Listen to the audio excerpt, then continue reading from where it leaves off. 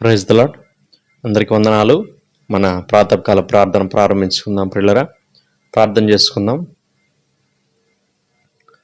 పూజ్యనీయుడా, పరిశుద్ధుడా, మహాగణుడా, మహోన్నతుడా, ధవలవర్ణుడా, రత్నవర్ణుడా, యేసయ్య, మీకే స్తుతులు స్తోత్రాలు వందనాలు చేయించుకుంటున్నాం నాయన.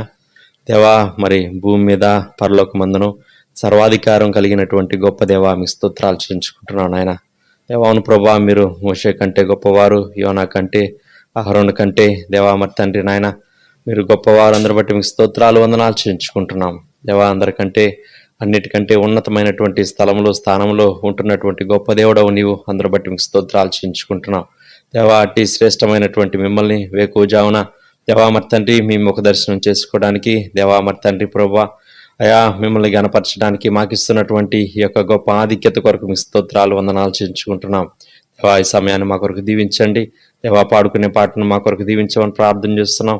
మా స్తుతుల మీద మీరు ఆశీనులై ఉండమని ప్రార్థన చేస్తున్నాం. యెహోవాను స్తుతించడం మంచిది అని సెలవిచ్చిన గొప్ప దేవుడు మీకు స్తోత్రాలు నాయన.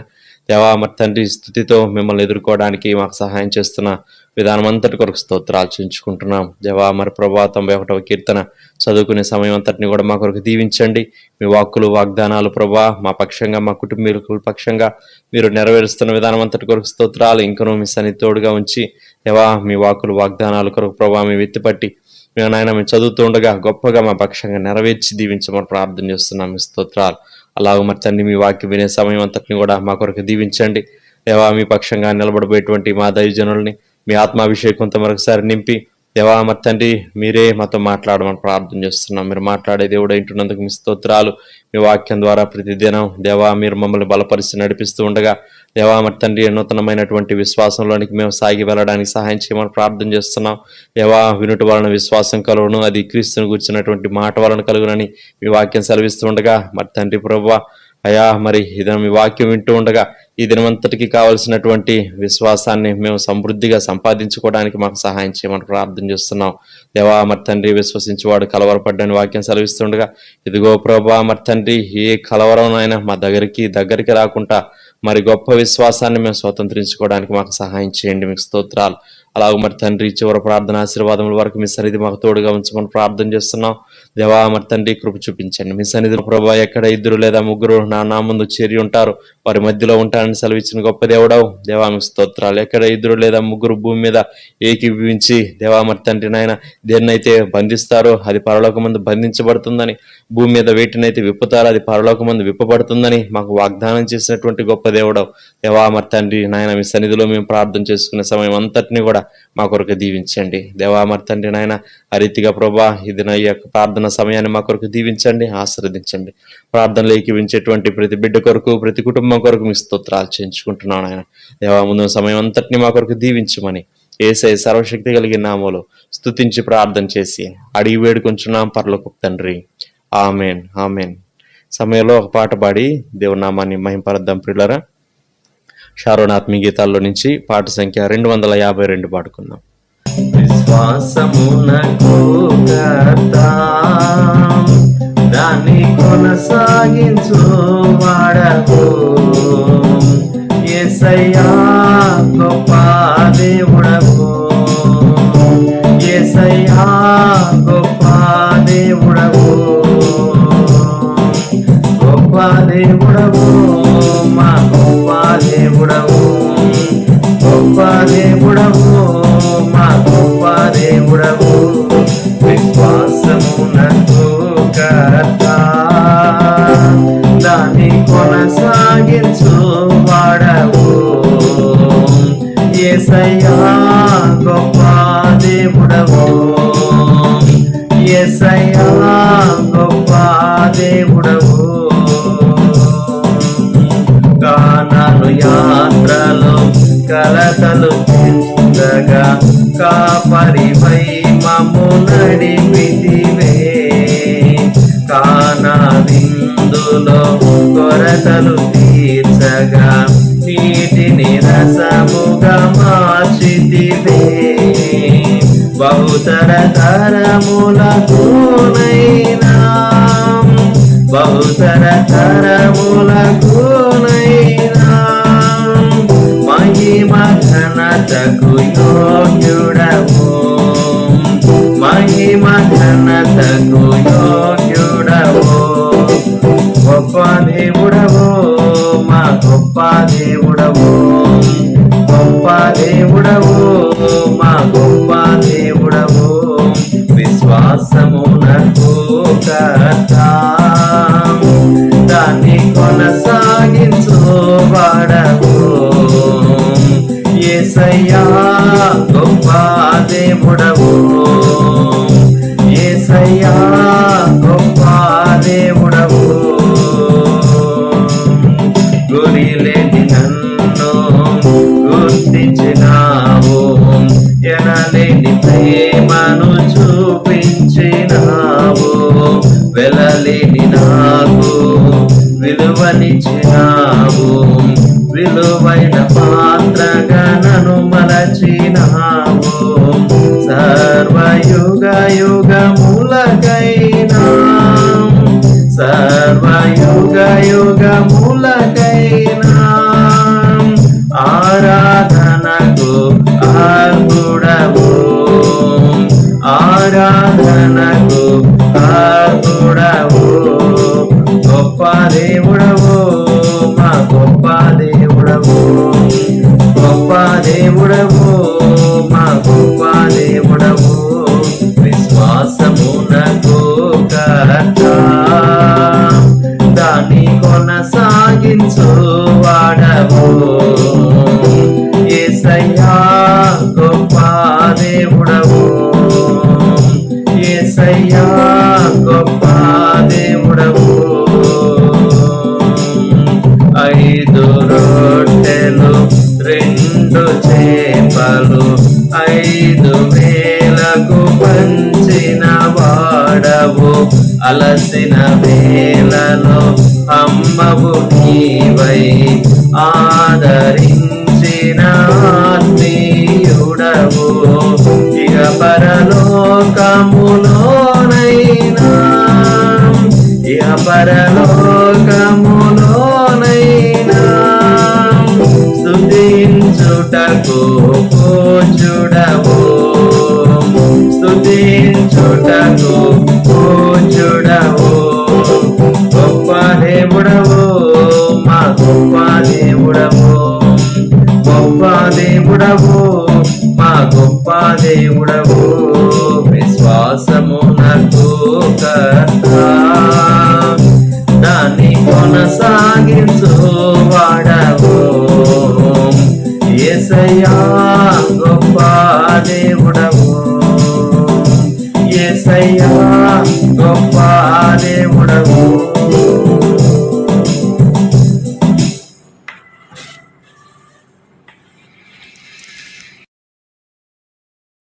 యథా ప్రకారంగా 91వ కీర్తన చదువుకుందాం ప్రియులరా. మహోన్నతిని చాటును నివసించేవాడే సర్వశక్తి నీడను విశ్రమించేవాడు. ఆయనే నాకు ఆశ్రయము, నా కోట, నేను నమ్ముకొను నా దేవుడని నేను యెహోవాని గూర్చి చెప్పుచున్నాను. వేటకాని ఊరిలో నుండి ఆయన నిన్ను విడిపించును, నాశనకరమైన తెగులు రాకుండా నిన్ను రక్షించును. ఆయన తన రెక్కలతో నిన్ను కప్పును, ఆయన రెక్కల క్రింద నీకు ఆశ్రయం కలుగును.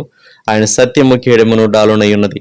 రాత్రి వేళ కలుగు భయమునకైనను, పగటి వేళ ఎగురు బాణమునకైనను, చీకటిలో సంచరించు తెగులునకైనను, మధ్యాహ్నమందు పాడుచి రోగమునకైనను నీవు భయపడుకుందువు.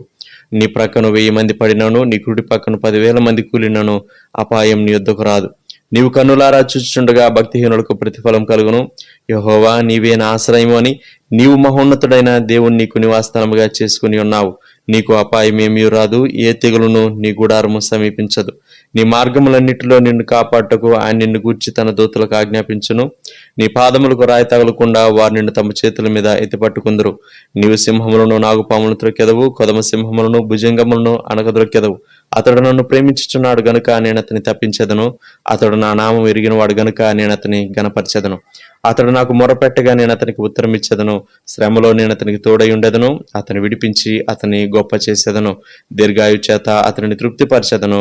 నా రక్షణ అతనికి చూపించెదను.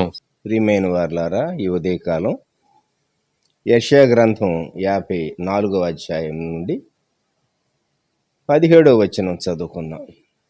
Book of Isaiah chapter 54 and verse 17. నీకు విరోధముగా రూపింపబడిన ఏ ఆయుధమును వర్ధిల్లదు, న్యాయ విమర్శలో నీకు దోషారోపణ చేయు ప్రతివానికి నీవు నేరస్థాపన చేసేదు. దేవుడు తన లేఖన భాగములు మన ధ్యానం కొరకు దీవించునుగాక. ఆమేన్. యెషయా గ్రంథం 54వ అధ్యాయం. తిరిగి వచ్చినటువంటి దేవుని జనాంగం పక్షంగా దేవుడు వారిని ఎలాగూ రెస్టోర్ చేస్తాడో చెప్పబడినటువంటి చక్కని ప్రవచన భాగం. ఈ ఉదయకాలం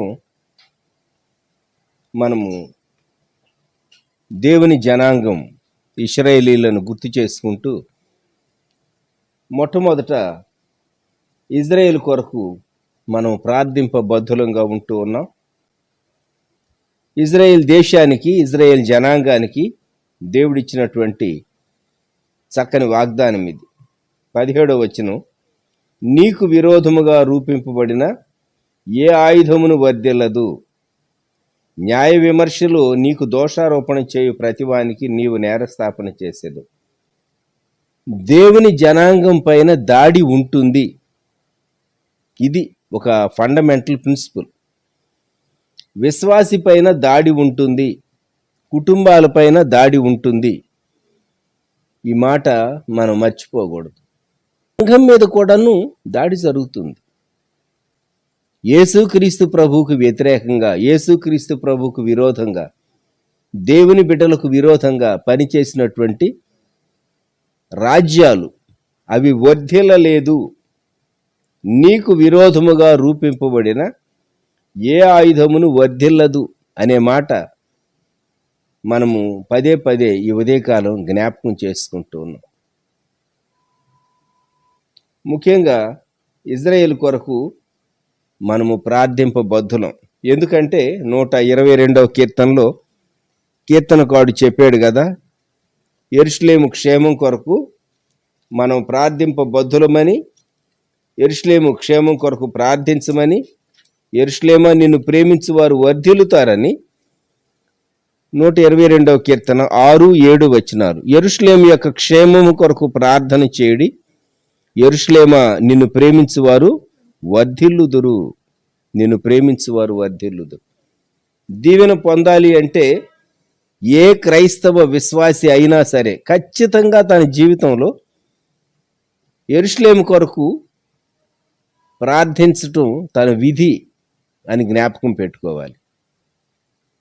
గుర్తుంచుకుందాం మనం. ఎందుకంటే పితరులు వీరివారు, వాగ్దానము వీరిది, వాగ్దానాలు వీరివి. యేసుక్రీస్తు ప్రభు శరీరరీతిగా వీరిలో నుండి వచ్చారు కనుక యూదుల కొరకు, యెరూషలేము కొరకు ప్రపంచంలో ఉన్నటువంటి క్రైస్తవులందరూ ప్రార్థింప బద్ధులై ఉంటూ ఉన్నారు. ఈ మాట మనం జ్ఞాపకం చేసుకుందాం. ఇక్కడ యెషయా గ్రంథం 54వ అధ్యాయంలో పై వచనాల నుండి మనం చూస్తే 10వ వచనంలో కృప నిన్ను విడిచిపోదు అని చెప్పేటటువంటి దేవుడు, నీ యందు జాలి పడతాను అని చెప్పినటువంటి దేవుడు, 11వ వచనం వచ్చేసరికి ప్రయాసపడి గాలివాన చేత కొట్టబడి ఆదరణ లేక ఉన్నదానా, నేను నీలాంజనములతో నీ కట్టడమును కట్టుదును, నీలములతో నీ పునాదులను వేయుదును, మాణిక్యములతో నీ కోట కొమ్ములను, సూర్యకాంతములతో నీ గుమ్మములను కట్టుదును, ప్రశస్తమైన రత్నములతో నీకు సరిహద్దులు ఏర్పరచుదును. దేవుడు రెస్టోర్ చేస్తానంటూ ఉన్నాడు. ఈ ఉదయకాలం మనం దేవుని అడగవలసినటువంటి మాట, దేవా మేము చాలా శ్రమ నొందినటువంటి వారు, నీవే మమ్ములను తిరిగి పునర్నిర్మించాలి, లేక తిరిగి కట్టాలి. నీవే మమ్ములను తిరిగి కట్టాలి. ఎందువలన అంటే గాలివాన చేత కొట్టబడినది ఏదైనా సరే ఎలాగూ చాలా రెస్టోర్ చేయబడవలసినటువంటి పరిస్థితిలో ఉంటుందో, అలాగే కుటుంబాలు కానేమి, సంఘాలు కానేమి మనము రెస్టోర్ చేయబడవలసిన, తిరిగి కట్టబడవలసినటువంటి కండిషన్స్లో మనం ఉంటూ ఉన్నాం. దేవుని ప్రశస్తమైనటువంటి వాగ్దానం 13వ వచనం నుండి గమనిస్తే, నీ పిల్లలందరూ యెహోవా చేత ఉపదేశము నొందుదురు, నీ పిల్లలకు అధిక విశ్రాంతి కలుగును. దేవుడు సంఘ విశ్వాసులను, కుటుంబాలను ఉద్దేశించి, వ్యక్తిగతంగా కుటుంబాలను ఉద్దేశించి, వ్యక్తిగతంగా సంఘాన్ని ఉద్దేశించి, సంఘానికి చెందినటువంటి కుటుంబాలు, బిడ్డలు, దేవుని పిల్లలైనటువంటి వారు, 1 వారికి ఉపదేశం ఇస్తానన్నాడు, 2 వారికి నెమ్మది, రెస్ట్ దేవుడు అనుగ్రహిస్తానన్నాడు. మనము చాలా మార్లు సందేహము, భయము మనలో ప్రవేశించినప్పుడు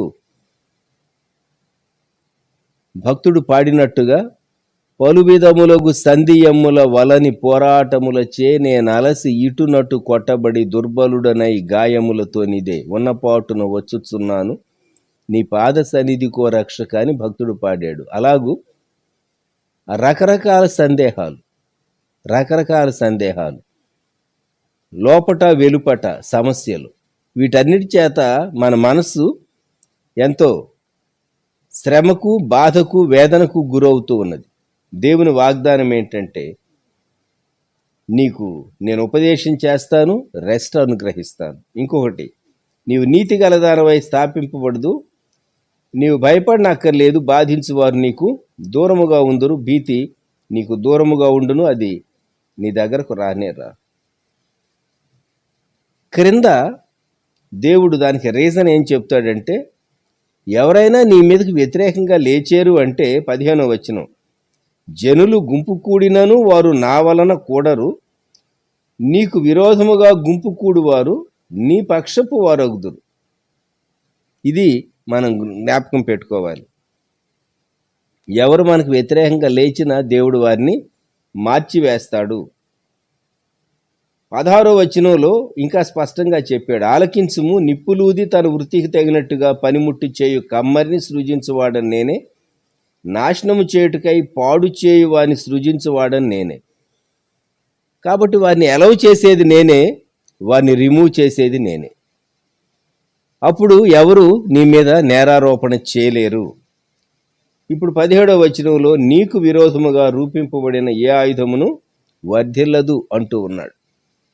ఈ ఉదయకాలం దేవుని పిల్లలంగా మనం మొట్టమొదట ఇజ్రాయేల్ను జ్ఞాపకం చేసుకుని, దేవా, ఇజ్రాయేల్ యొక్క క్షేమం కొరకు ప్రార్థన చేస్తూ ఉన్నాం.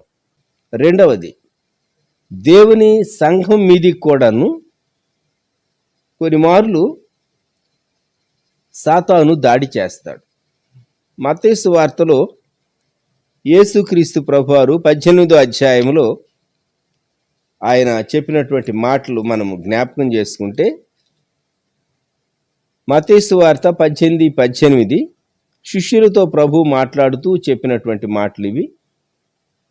భూమి మీద మీరు వేటిని బంధింతురో అవి పరలోకమందును బంధింపబడును, భూమి మీద మీరు వేటిని విప్పుదురో అవి పరలోకమందును విప్పబడునని మీతో నిశ్చయముగా చెప్పుచున్నాను. మరియు మీలో ఇద్దరు తాము వేడుకొని దేనిని గూర్చి అయినను భూమి మీద ఏకీవించిన యెడల అది పరలోకమందున నా తండ్రి వలన వారికి దొరుకునని మీతో చెప్పుచున్నాను. ఏలయనగా 2-3 నా నామమున ఎక్కడ కూడి ఉందురో అక్కడ నేను వారి మధ్యన ఉందునని చెప్పాను.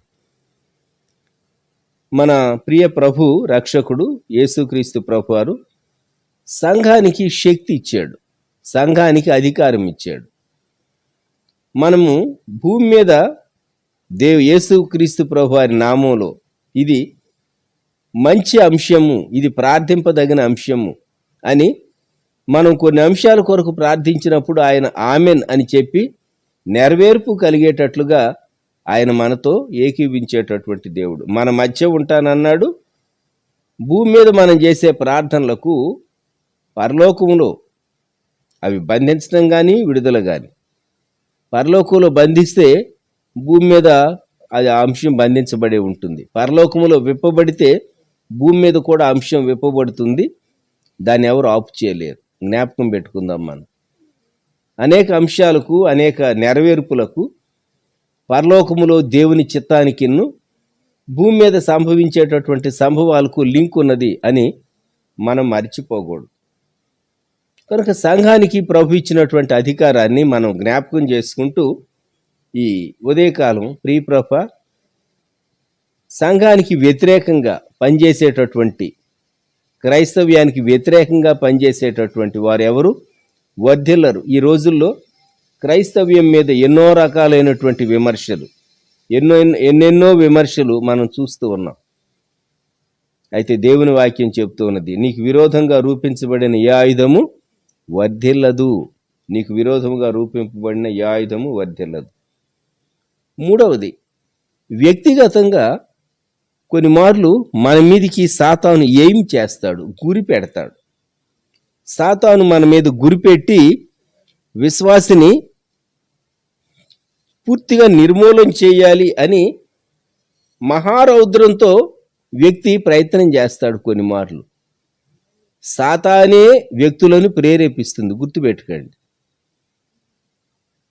కొన్ని మార్లు నీ ఇంటి ఎదురుగా ఉన్న వాళ్ళు నీకు ట్రబుల్ క్రియేట్ చేస్తూ ఉండుంటారు. నీ చుట్టుపక్కల ఉన్నవారు నీకు ట్రబుల్ క్రియేట్ చేస్తూ ఉంటారు. కొన్ని మార్లు నీకు తెలిసిన వాళ్ళు నీతో చాలా మంచిగా మాట్లాడుతున్నట్టుంటారు, వారు నీ క్షేమాన్ని వారు ఓరవలేరు. ఇటువంటి పరిస్థితులు కొన్ని మార్లు ఉంటూ ఉంటాయి, జ్ఞాపకం పెట్టుకుందాం మనం. అయితే ప్రభువు నీ పక్షంగా ఉన్నప్పుడు నీకు విరోధంగా పనిచేయాలని ఉద్దేశించినటువంటి వ్యక్తి, ఎంత గొప్ప వ్యక్తి అయినా, ఎంత అధికారంలో ఉన్న వ్యక్తి అయినా నిన్ను ఏమీ చేయలేడు. బెస్ట్ ఎగ్జాంపుల్ ఎస్తేరు గ్రంథం 6వ అధ్యాయంలో మొర్దెకైను గూర్చి, అలాగే రాజును గూర్చి, హామానును గూర్చి ఈ భాగం మనం చదువుతాం. ఎస్తేరు గ్రంథం 6వ అధ్యాయం. రాజు అహష్వేరోషు మనకు తెలుసు. అహష్వేరోషుకు ఒక రాత్రి నిద్ర పట్టలేదు. ఇక్కడ రాజుకు నిద్ర పట్టలేదు. ఎందుకు నిద్ర పట్టలేదు అంటే మొర్దెకైని దేవుడు ఘనపరచడం కొరకు ఒక ప్రణాళిక కలిగి ఉన్నాడు. అందుకొరకు రాజుకు నిద్ర లేకుండా చేశాడు. ఎస్తేరు 6:1. ఆ రాత్రి నిద్ర పట్టకపోయినందున రాజ్యపు సమాచార గ్రంథము తెమ్మని రాజు ఆజ్ఞీయగా అది రాజు ఎదుట చదివి వినిపింపబడింది. ఇక్కడ రాజుకు నిద్ర పట్టలేదు. వారికి ఆ సమయంలో బహుశా అర్ధరాత్రి అయి ఉండాలి. ఆ సమయంలో లేట్ అవర్స్. రాజు ఎదుటికి రాజ్య సమాచార గ్రంథం తీసుకురమ్మన్నాడు రాజు.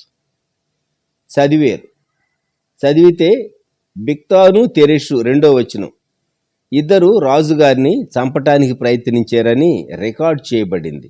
ఈ విషయాన్ని మొర్దెకై తెలిపాడని. ఈయనకు ఒక సందేహం వచ్చింది. 3వ వచనంలో ఇందు నిమిత్తము మొర్దెకైకి బహుమతి ఏదైనను ఘనత ఏదైనను చేయబడిన అని అడుగ్గా రాజు సేవకులు అతనికి ఏమీ చేయబడలేదని ప్రత్యుత్తరం ఇచ్చారు. రాజు ప్రాణం కాపాడినందుకు వాస్తవంగా తన గొప్ప బహుమానం ఇచ్చి ఉండాలి, రికగ్నైజ్ చేసి ఉండాలి. మొర్దెకై కంప్లైంట్ చేయలేదు. రాజా, నేను నీ ప్రాణాన్ని కాపాడాను, నీవు నాకేమీ చేయలేదు అని అడగలేదు. తాను మౌనంగా ఉన్నాడు. దేవుని సమయం వచ్చినప్పుడు దేవుడే ఆ అంశాన్ని బయటకు తీసుకుని వచ్చాడు. మొర్దెకైకి ఏదైనా బహుమానం ఇచ్చి ఉంటే ఆ సమాచార గ్రంథంలో రికార్డ్ చేయబడి ఉండాలి. తనకు ఏ బహుమానం ఇవ్వలేదు గనుక అక్కడ రికార్డ్ చేయబడలేదు. 4వ వచనం అప్పుడు ఆవరణంలో ఎవరో ఉన్నారని రాజు చెప్పాను. అప్పటికి హామాను తాను చేయించిన ఉరికొయ్య మీద మొర్దెకైని ఉరి తీయింప సెలవిమ్మని రాజుతో మనవి చేయుటకై రాజనగరి యొక్క ఆవరణంలోనికి వచ్చి ఉండాను. హామాను అనుకున్నాడు, నేను అధికార స్థానంలో ఉన్నాను, నేను చాలా ఈజీగా మొర్దెకైని చంపించగలను అనుకున్నాడు. ఎందుకు? మొర్దెకై హామాను చూచి సాగిలపడేవాడు కాదు, నమస్కరించేవాడు కాదు. అందుకే చాలా కష్టం.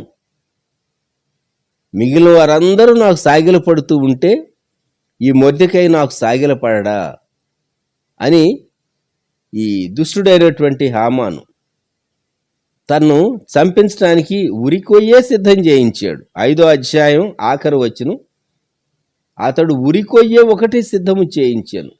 దాని ఎత్తు 14వ వచనం 50 మూరల ఎత్తు గల ఒక ఉరికొయ్య.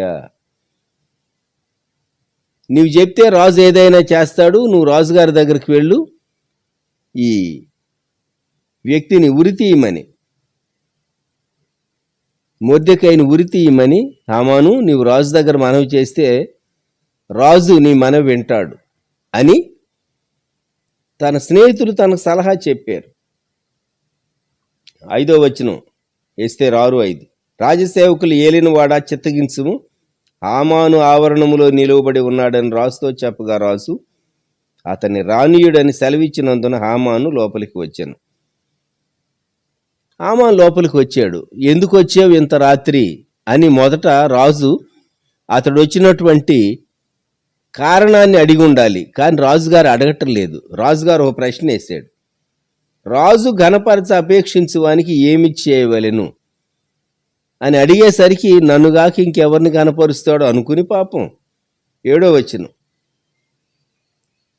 నన్నుగాక మరి ఎవరిని రాజు కనపరచ అపేక్షించునని తనలో తాను అనుకుని రాజుతో ఇట్లన్ను. ఏమన్నాడు?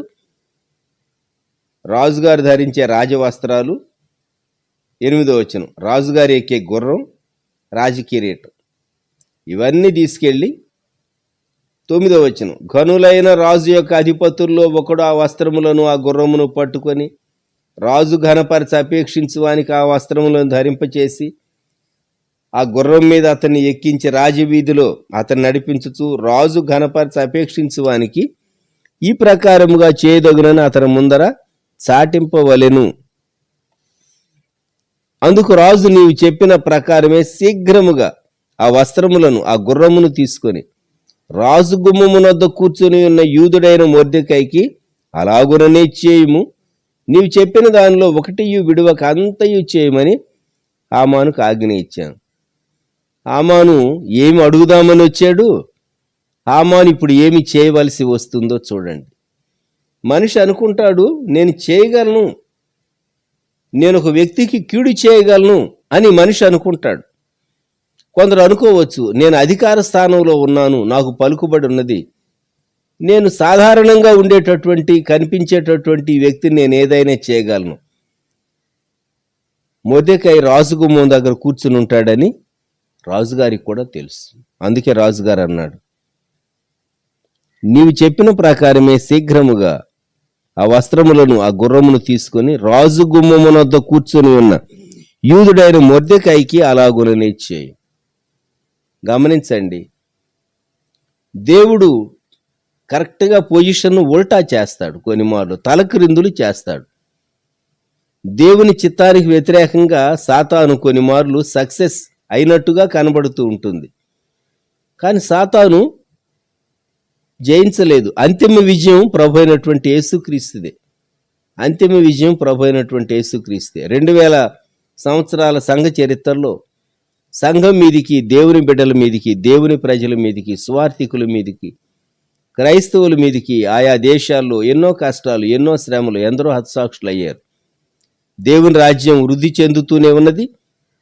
దేవుని రాజ్యాన్ని నిర్మూలన చేయాలనుకున్న వారు మట్టిలో కలిసిపోయారు. కానీ యేసుక్రీస్తు ప్రభు రాజ్యం వ్యాపిస్తూనే ఉన్నది. ఇక్కడ హామాను తాను మొర్దెకైకి అలాగూ చేయవలసి వచ్చింది. 11వ వచనం, ఆ ప్రకారమే హామాను ఆ వస్త్రములను ధరింపజేసి ఆ గుర్రం మీద అతన్ని ఎక్కించి రాజవీధిలో అతన్ని నడిపించు రాజు ఘనపరచ అపేక్షించువానికి ఈ ప్రకారము చేయదగునని అతని ముందర చాటించెను. తరువాత మొర్దెకై రాజు గుమ్మమునొద్దకు వచ్చెను. అయితే హామాను తల కప్పుకొని దుఃఖించుచు తన ఇంటికి త్వరగా వెళ్ళిపోయాను. ఎంత బాధ! తాను అనుకున్నది ఒకటి, తీరా వేరొక విషయం తాను చేయవలసి వచ్చింది. 13వ వచనం గమనించండి. హామాను తనకు సంభవించినదంతయు తన భార్య అయిన జెరుషునకును తన స్నేహితులకు అందరికీ తెలుపగా అతని యొద్దనున్న జ్ఞానును అతని భార్య అయిన జెరుషును ఎవరి చేత నీకు అధికార నష్టము కలుగుతున్నదో ఆ మొర్దెకై యూదుల వంశపు వాడైన ఎడల అతని మీద నీకు జయము కలుగదు, అతని చేత అవశ్యముగా చెడిపోదు అని అతనితో అనేది. నీకు నాకు ధైర్యం ఏంటంటే యేసుక్రీస్తు ప్రభు రక్తం చేత మనం విమోచింపబడ్డాం. మనం యేసుక్రీస్తు ప్రభు యొక్క బిడ్డలం. మనకు విరోధంగా ఎవరు దేనిని రూపించాలని యత్నించినా వారు వర్ధిల్లరు, వారు ప్రాస్పర్ కారు. ఇంకొక విషయం ఏంటంటే, ఇక్కడ మనం చదువుకునేటటువంటి భాగంలో ఆ వచనాలు చెప్పిన తర్వాత యెషయా గ్రంథం 54 చివరి మాటలో, ఆ అధ్యాయం చివరిలో, యెహోవా యొక్క సేవకుల నీతి నా వలన కలుగుతున్నది, ఇది వారి స్వాస్యము, ఇదే యెహోవా వాక్కు అన్నాడు. కనుక దేవుడు తన సేవకులను నిర్దోషులుగా బయలుపరిచేవాడు, రుజువుపరిచేవాడు ఆయన. వారి నీతి ఆయనే, వారి నీతి ఆయనే. దేవుడు మొర్దెకైని ఘనపరిచేటట్లుగా, హామానే ఘనపరిచేటట్లుగా చేసి, హామాను తల మీద చేతులు పెట్టుకుని, నెత్తి మీద చేతులు పెట్టుకుని దుఃఖపడుతూ వెళ్ళిపోవాల్సి వచ్చింది. ఎంత భయంకరమైనటువంటి విషయం. ప్రియమైనటువంటి విశ్వాసి, కొన్ని మార్లు వ్యక్తులు నిన్ను నిందిస్తారు, నీ మీద అభాండాలు వేస్తారు, నీ మీద ఏవేవో ప్రచారాలు చేయవచ్చు, నీ ముఖం ఎదుటే నిన్ను దూషించవచ్చు. అయితే దేవుడు తన సమయం వచ్చినప్పుడు పరిస్థితిని పూర్తిగా మార్చివేస్తాడు. కారణం, సాతాను యొక్క తంత్రము, సాతాను యొక్క ప్రణాళిక ఎల్లకాలము కొనసాగదు. తాత్కాలికంగా కొంతకాలం సాతాను అబద్ధాలు చెప్పించి మనుషులను మోసగించవచ్చు, భ్రమపరచవచ్చు. ఎల్లకాలం భ్రమపరుస్తుందా? ఎల్లకాలం మనుషులు భ్రమలో ఉంటారా? ఉండలేరు. సాతాను తాత్కాలికంగా అబద్ధాలు చాలా తీయగా చెప్తుంది. లోకంలో అబద్ధాలు చెప్పేవాళ్ళు చాలా నవ్వుతూ చెప్తారు, చాలా ప్లెజెంట్గా ఉండేటట్టు చెప్తారు, చాలా ప్లీజింగ్ మేనర్స్ కనుపరుస్తారు కొందరు, తెలుసునా? ఎందుకంటే వారు చెప్పేటటువంటి అబద్ధానికి అది పునాది అన్నమాట, ఫౌండేషన్ వేసుకుంటారు.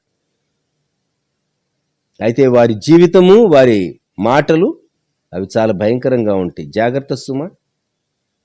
కొన్ని మార్లు నీ ముందర చాలా ప్రియంగా మాట్లాడతారు, చాలా అప్రిషియేట్ చేసినట్టు మాట్లాడతారు, నీ వెనక గోతులు దవ్వుతారంటారు చూడండి. అటువంటి వారు లోకంలో చాలామంది ఉంటారు. దేవుని బిడ్డలకు ధైర్యము, దేవుని బిడ్డలకు ఆదరణ ఏంటంటే, నీకు విరోధముగా రూపింపబడిన ఏ ఆయుధమును వర్ధిల్లదు. ఇది దేవుడు ఈ ఉదయకాలం మనకు అనుగ్రహించేటటువంటి చక్కని శ్రేష్టమైనటువంటి వాగ్దానం. మరలా ఈ వాగ్దానం విశ్వాసులైనటువంటి మనము క్లెయిమ్ చేయవచ్చు. యెషయా గ్రంథం 54:17, నీకు విరోధముగా రూపింపబడిన ఏ ఆయుధమును వర్ధిల్లదు. ప్రభువా, చాలా మార్లు నేను కృంగిపోయాను, నలిగిపోయాను. ఎన్నో మార్లు ఇక దేవుడు నా పక్షంగా నా నిర్దోషత్వాన్ని వెల్లడిపరుస్తాడా, గొప్ప కార్యం చేస్తాడా అనేటటువంటిది నేను సందేహించాను. అయితే నీ వాగ్దానాన్ని బట్టి నేను ధైర్యం తెచ్చుకుంటున్నా. నా నీతి నీవే, నీ సేవకుల నీతిని రుజువుపరిచేటటువంటి గొప్ప దేవుడు, నా స్వాస్థ్యం నీవే. ప్రియప్రభ, నీకు వందనాలు, స్తుతులు అని చెప్పి మనము ప్రభు అయినటువంటి యేసుక్రీస్తు వారిని స్తుతింప బద్ధులంగా ఉంటూ ఉన్నాం. ఈ ఉదయకాలం ప్రియమైనటువంటి వారలారా, మనము దేవుని సన్నిధానంలో చేరి ఈ వాగ్దానాన్ని మరలా క్లెయిమ్ చేద్దాం. మరలా క్లెయిమ్ చేద్దాం. దేవుడే మనకు వ్యతిరేకంగా లేచే ప్రతి పరిస్థితిని అనుకూలంగా మార్చి, నిర్దోషత్వాన్ని రుజువుపరిచి, దేవుడు మనకు తోడుగా ఉన్నాడు, దేవుడు మనతో ఉన్నాడు అని ఆయన రుజువుపరుచుకునేటటువంటి మంచి దేవుడుగా ప్రియప్రభు మన పక్షంగా ఉంటూ ఉన్నాడు. ప్రభు నామునికి మనము స్తుతి చెల్లింప బద్ధులంగా ఉంటూ ఉన్నాం. ఈ ఉదయకాలం దేవుడు మన పక్షంగా తోడయండి. ఇంత మటుకు చేసినటువంటి సహాయాన్ని బట్టి దేవునికి స్తుతి చెల్లిస్తూ ఈ వచనాన్ని మనం క్లెయిమ్ చేద్దాం. ఈ వాగ్దానాన్ని యెషయా గ్రంథం 54:17, నీకు విరోధముగా రూపింపబడిన ఏ ఆయుధమును వర్ధిల్లదు. ప్రభువా, ఇశ్రాయేలీలకు వ్యతిరేకంగా లేచేటటువంటి ఏ నేషన్ ప్రాస్పర్ కాదు. సంఘానికి వ్యతిరేకంగా నిలువబడే ఏ శక్తి జయించలేదు. అలాగూ నీ బిడ్డనైనటువంటి, నీ కుమారుడును కుమార్తెనైనటువంటి నాకు వ్యతిరేకంగా లేచేటటువంటి ఏ పరిస్థితిని నీవే కంట్రోల్ చేస్తావు. నీవే నన్ను నడిపిస్తావు, స్థిరపరుస్తావు, నిలవబెడతావు, మహిమను పొందుతావు అని చెప్పి మనం ప్రభువుకు ప్రార్థన చేద్దాం. తలలు వంచుదాం. ప్రేమగల మా తండ్రి, పరిశుద్ధ ప్రభ, గొప్ప రక్షక, మా దేవ, మహోన్నతుడా, సజీవుడా, గనుడా, మీకు వందనములు, స్తుతులు, స్తోత్రములు చెల్లిస్తూ ఉన్నాం. ఈ ఉదయకాలం మీరు మాకు ఇచ్చినటువంటి ప్రాతకాల ధ్యానం కొరకు స్తోత్రాలు. ఈ దినమంతట్లో మీ కాపుదల మాకు అనుగ్రహించండి. మా పక్షంగా మీరుండి మాకు విరోధంగా లేచేటటువంటి ప్రతి పరిస్థితి, హామాను మొర్దెకైకి విరోధంగా లేచాడు గాని మీరు ఆ పరిస్థితిని సరిగ్గా తలక్రిందులు చేసి హామానే రాజవీధిలో మొర్దెకైని ఘనపరిచేటట్లుగా చేసినటువంటి గొప్ప దేవుడు, ప్రతి పరిస్థితిని తండ్రి మీ అదుపులో ఉంచుకొని మీ బిడ్డలకు మేలుకరంగా మార్చేటటువంటి దేవుడు అయినందుకు మీకు స్తోత్రాలు. ఇజ్రాయేల్ కొరకు ప్రత్యేకంగా ప్రార్థన చేస్తున్నాం. దేవా, సహాయం దయచేయండి. యెరూషలేము క్షేమం కొరకు ప్రార్థన చేస్తున్నాం. నీకు విరోధంగా రూపించబడిన ఈ ఆయుధం వర్ధిల్లదని యెషయా 54లో ప్రవక్త ద్వారా మొదట వారికి మీరు చెప్పారు. అది సంఘంగా మేము అన్వయం చేసుకుంటున్నాం, వ్యక్తులంగా, కుటుంబాలుగా మేము అన్వయం చేసుకుంటున్నాం. దేవా, ఈ దినాల్లో మేము మీకు చాలా దగ్గరై మీ శక్తిని, మీ బలాన్ని మేము అనుభవించడానికి కృప దయచేయండి. మమ్ములను, మా కుటుంబాలను, మా అంశాలను మీకు అప్పగించుకుంటున్నాం. మీ సన్నిధి మాకు తోడుగా ఉంచండి, బలపరచండి. దేవా, సహాయం దయచేయండి, కృప చూపండి. మరొకసారి ఎవరు బలహీనులుగా ఉన్నారో వారికి కావలసినటువంటి ఆరోగ్యము, క్షేమం దయచేయండి. తండ్రి, రికవర్ అవుతున్నటువంటి బిడ్డల పక్షంగా మీ పునరుద్ధాన శక్తిని కనుబరిచి మీ క్షేమాన్ని విస్తరింపచేయండి. మరొకసారి తండ్రి, ఈ దినం ఏకీవించిన, అలాగే ఈ దినం అంతట్లో ప్రభా ఈ ఛానల్లో ఈ సందేశాన్ని చూడబోయేటటువంటి బిడ్డలందరినీ దీవించండి. షారోన్కు క్షేమం, బ్రాంచెస్కు క్షేమం కలిగించండి. అలాగే ప్రియ ప్రభా, మీ బిడ్డలందరికీ మీ క్షేమాన్ని విస్తరింపచేయండి. మీ మాటలు, జీవపు మాటలు మమ్మలను నిలవబెట్టడానికి, బలపరచడానికి కృప దయచేయమని బలిష్టమైనటువంటి మీ హస్తాలకు మమ్మల్ని అప్పగించుకుంటూ స్తుతిస్తూ యేసుక్రీస్తు ప్రభువారి శ్రేష్టమైన నామంలో ప్రార్థించి స్తుతించి వేడుచూ ఉన్నాము తండ్రి. ఆమెన్. మన ప్రభు అయిన యేసుక్రీస్తు వారి కృప, దేవుని ప్రేమ, పరిశుద్ధాత్మని అన్యోన్య సహవాసం సదాకాలం సంఘమునకు తోడై ఉండును గాక. ఆమెన్.